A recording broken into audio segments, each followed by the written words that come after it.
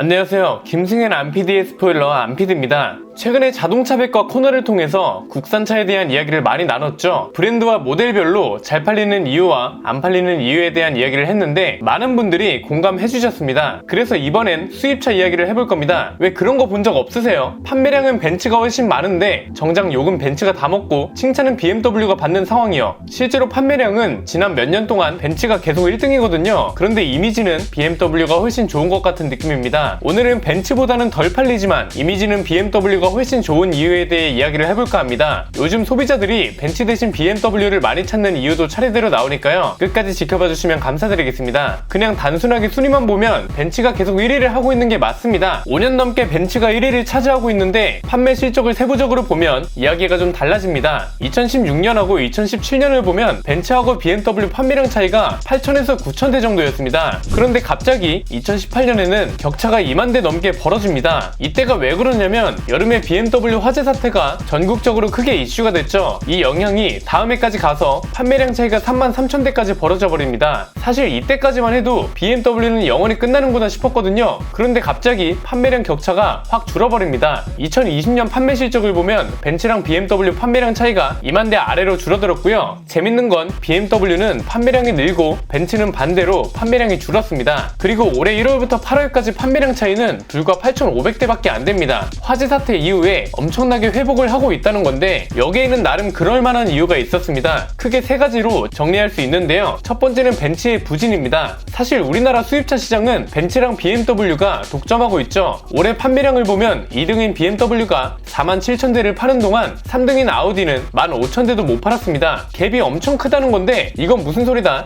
우리나라 수입차 시장은 사실상 벤츠와 BMW의 싸움이라는 겁니다. 절대적인 판매량은 아직 벤츠가 많지만 벤츠는 하락세, BMW는 상승세인데요. 작년부터 벤츠가 조금씩 삐끗하고 있습니다. 디자인하고 옵션 논란이 계속 이어지고 있는데 불과 몇 년 전까지만 해도 벤츠 디자인은 넘사벽 수준이었거든요. E클래스랑 S클래스가 출시 초기에는 너무 닮았다고 비판을 받긴 했지만 시간이 지날수록 패밀리룩의 매력을 잘 느끼게 해준 차들로 남을 수 있었습니다. 그런데 최근에 페이스리프트된 E클래스와 풀체인지된 S클래스는 소나타다, 아반떼다, 말리부다 이런 소리를 듣는 신세가 됐습니다. 반면에 BMW는 어땠나요? 주력 모델인 5시리즈 디자인이 역대급이라고 평가를 받고 있잖아요. 사실 너무 안 바뀌는 게 단점이라면 단점이었는데 5시리즈는 완전 성공적으로 페이스리프트를 진행했습니다. 그래서 출시되기도 전에 페이스리프트의 정석이다, 디자인은 이렇게 해야 한다 이런 소리를 들을 수 있었고요. 돼지코 논란과는 전혀 다른 여론이었던 거죠. 여기에 옵션 논란까지 겹쳐버리면서 벤츠가 이미지에 큰 타격을 입었습니다. 최근에 이런 기사가 하나 나왔습니다. E클래스 연식 변경 모델이 출시된다는 거였는데요. 엔트리 모델인 E250 아방가르드부터 1열 통풍 시트와 360도 서라운드 뷰가 기본 적용된다는 게 알려지면서 비판을 받았습니다. 5시리즈는 520i가 엔트리 모델인데 이 차에도 통풍 시트가 없거든요. 그런데 가격을 보니까 BMW는 할인이 들어가서 520i 가격이 5,800만원에서 6,100만원 정도고요. 통풍 시트는 6,300만원짜리 523D부터 들어갑니다. E클래스는 6,700만원짜리 E250 익스클루시브부터 기본이고요. 6,200만원짜리 E250 아방가르드는 5시리즈보다 더 비싼데도 옵션이 상대적으로 부족했다는 거죠. 두 번째는 SUV 열풍입니다. 왜 SUV는 BMW라는 말 들어보셨죠? 모델별 판매량을 봤을 때는 상위권이 모두 벤츠라서 그냥 소문에 불과하구나 싶었거든요. 그런데 알고 보니까 그게 아니었습니다. 이렇게 브랜드 단위로 살펴보면 BMW는 SUV 라인업으로만 17,600대를 팔았고요. 벤츠는 17,300대를 팔았습니다. SUV 라인업에서 벤츠보다 BMW가 우위라는 걸 알 수 있는 거죠. 세 번째는 이미지입니다. 가끔 댓글 같은 데서 BMW는 국내에 투자도 많이 하는데 벤츠는 뭐하냐 이런 내용 보신 적이 있을 겁니다. 이게 단순히 소문에 불과한 줄 알았는데 자료를 찾아보니까 진짜 그렇더라고요. 작년에 나온 자료를 보니까 한국경제기여도 평가에서 BMW가 1위를 차지했다고 합니다. 매출 대비 투자와 이익 잉여금에서 BMW가 가장 높은 점수를 받았고 2위는 아우디 폭스바겐 코리아가 차지했습니다. 가장 판매량이 많은 벤츠는 아우디 폭스바겐보다 낮은 3위를 기록했고요. 좀 더 세부적으로 살펴보면 BMW는 매출 대비 투자가 압도적이었습니다. 우선 임직원에게 지급한 급여가 262억 원에서 310억 원으로 늘었고요. 투자 활동으로 현금 순유출은 50억 원 정도로 줄었지만 여전히 업계에선 최고 수준인 것으로 나타났습니다. 매출 대비 투자 활동 현금 흐름을 보면 BMW의 투자 활동이 가장 높았다고 합니다. 회계 연도 동안 277억 원이 유출됐고 122억 원이 유입됐다고 하네요. 이외에 드라이빙 센터 건설 및 운영도 이런 투자 및 환원 활동 등에 포함되겠죠. 반면 벤츠는 상대적으로 낮았습니다. 물론 매출액은 압도적으로 높았습니다. BMW보다 1.5배가 많았는데 기부금과 법인세 납부는 매출과 비교하면 4위와 5위 수준으로 나타났습니다. 이 소리는 뭐다? BMW가 한국에 많이 투자한다는 말은 근거가 있는 말이었다는 겁니다. 그리고 화재 사태 대응도 BMW가 판매량을 회복하는 데에 많은 도움을 줬습니다. 화재 사태가 커진 이후에 BMW가 어떻게 했나요? 김효준 회장이 직접 나와서 고개 숙여 사과했고요. 독일 본사 관계자들도 방한해서 기자회견을 가졌습니다. 전체적으로 잘못을 인정하고 빠르게 시정하겠다는 의지를 보여준 거죠. 그런데 벤츠는 조금 달랐습니다. 배출가스 조작 의혹이 나왔을 때 대표이사 사장이 갑자기 한국을 떠나면서 논란이었죠. 벤츠코리아 측에서는 해외 출장이라고 밝혔지만 우리나라로 돌아올 계획이 없는 것으로 알려지면서 도피성 출국이라는 비판이 거세졌습니다. 결국 도피 출국 논란 7개월 만에 신임 대표가 내정됐습니다. 논란에 어떻게 대응하느냐도 참 중요한데 두 브랜드가 완전히 다른 행보를 보인 겁니다. 최근에는 신형 벤츠의 마일드 하이브리드 시스템 문제가 불거지면서